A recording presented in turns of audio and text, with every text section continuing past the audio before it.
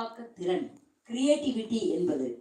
ஆனா அந்த கிரியேட்டிவிட்டின்னு சொல்லக்கூடிய படைப்பாக்க திறன் இருக்கே, அது இந்த ஏஐ எனப்படும் செயற்கை நுண்ணறிவால் மேம்பட்டிருக்கிறதா இல்லையான்னு சொல்லி இந்த இவங்க எல்லாம் சொல்லுவாங்க. பிறகு இந்த ஏஐ என்பது ஒரு மனிதனுடைய வாழ்க்கையை, குறைந்தபட்சம் சிங்கப்பூரனுடைய வாழ்க்கையை இந்த ஏஐ எவ்வளவு தூரம் முன்னாடி கொண்டு வந்திருக்கு அல்லது எப்படி கொண்டு வர போகுது, நம்ம கடிகாரத்தை பின்புறமாக திருப்பி வைக்க முடியுமா முடியாதா, அதெல்லாம் இவங்க 3 பேரும் சொல்லுவாங்க. இதுல செயற்கை நுண்ணறிவுங்கிறது வந்து நம்ம எல்லாம் நினைக்கிற மாதிரி முந்தானத்து பிறந்தது கிடையாது.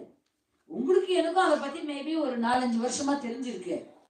உண்மை என்னன்னு சொன்னா 1956 இருந்தே அமெரிக்காவில் இதற்காக துறைகள் இருக்கின்றன. இந்த அளவுக்கு பிரபலமாகவில்லை. உங்க கையிலயும் என் கையிலயும் வந்து ஒரு கைபேசி இருக்கு. அந்த அலைபேசியில பாத்தீங்கன்னா முன்னாடி எல்லாம் வந்து குரல் பதிவு இருக்கும், இல்ல மிஞ்சி போனா நம்ம போட்டோ இல்ல நம்மளே செஞ்சு சொந்தமா ஏதோ ஒரு காணொலியா அனுப்பிச்சிட்டு இருந்தோம். இப்ப என்ன ஆகுதுன்னு சொன்னாக்க, சொர்க்கத்துக்கு போய் சேர்ந்து 35 வருஷம் ஆன என் தாத்தா அந்த இதுல இருந்து பேசுறாரு என்னோட. கண்ணா காலையில அவங்க அப்பாவை என் தாத்தாவே வந்து 16 வயசு வரைக்கும் தான் பார்த்திருக்காரு. அந்த தாத்தாவோட போட்டோவை எவன் பண்ண வேலையோ தெரியாது. அந்த தாத்தா இப்படி முறைச்சிக்கிட்டு நிற்கிறாரு அப்படின்றாரு.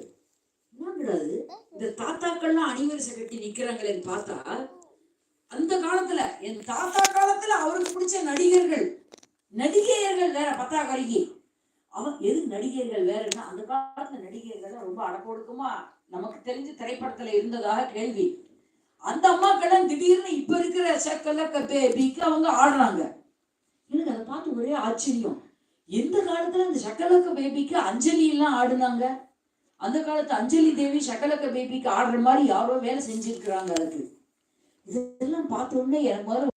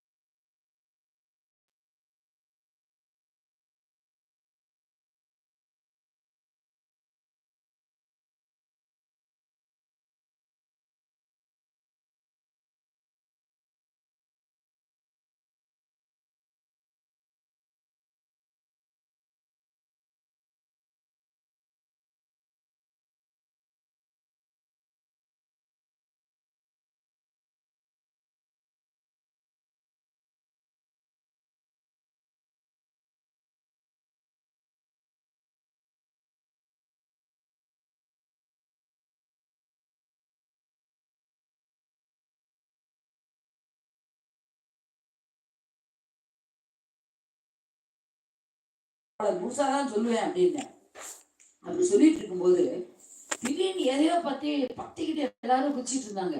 என்னன்னு பார்த்தா, ஒருவர் வந்து அவர் செய்யாத ஒன்றை செய்ததாக டீப்ஃபேக் மூலமாக சொல்கிறார்கள்.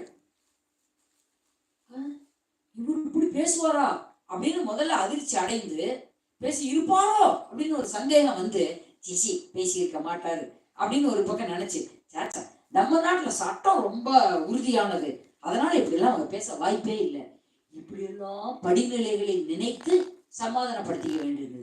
அதே சமயத்தில் ஒரு மிக நுட்பமான மருத்துவ சிக்கல் வெளிநாட்டுல, அந்த மருத்துவ சிக்கலுக்கு மருத்துவர் எங்கேயோ இருக்காரு. அந்த மருத்துவர் அந்த சிக்கலான இடத்தை அந்த நோயாளிக்கு வந்து அவர் சேர்வதற்குள்ளாக அங்கிருக்கும் ஒரு சுமாரான ஒரு மருத்துவருடைய உதவியோடு, செயற்கை நுண்ணறிவின் உதவியோடு ஒரு மிக சிக்கலான இருதய அறுவை சிகிச்சையை குறைந்த மணி நேரங்களில் செய்து முடித்து அந்த நாள் நல்லாயிட்டாரு.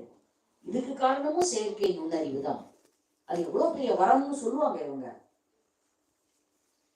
மாணவர்களை எல்லாம் கட்டிக்கிட்டு ஓராமான கண்ணீர் விடுற பல ஆசிரியர்கள் செயற்கை நுண்ணறிவால் நாங்கள் எல்லாம் பட்ட அனுபவத்தையும் அதனால் பட்ட ஆசீர்வாதங்களையும் பற்றி இந்த இவங்க சொல்லுவாங்க. ஆக எப்படி பார்த்தாலும் 2 பக்கத்துக்கும் வந்து நிறைய கருத்துக்கள் எல்லாம் இருக்கின்றது. மேல மேல எதுக்கு நானே சொல்லணும், அவங்களும் சொல்ல போறாங்க. விரைவாக சொல்ல வேண்டியிருந்தால், உற்பத்தி செயல்முறைகள் தானியங்கி முறை, அதாவது ஆட்டோமேஷன் சொல்லுவாங்க இல்லையா, அந்த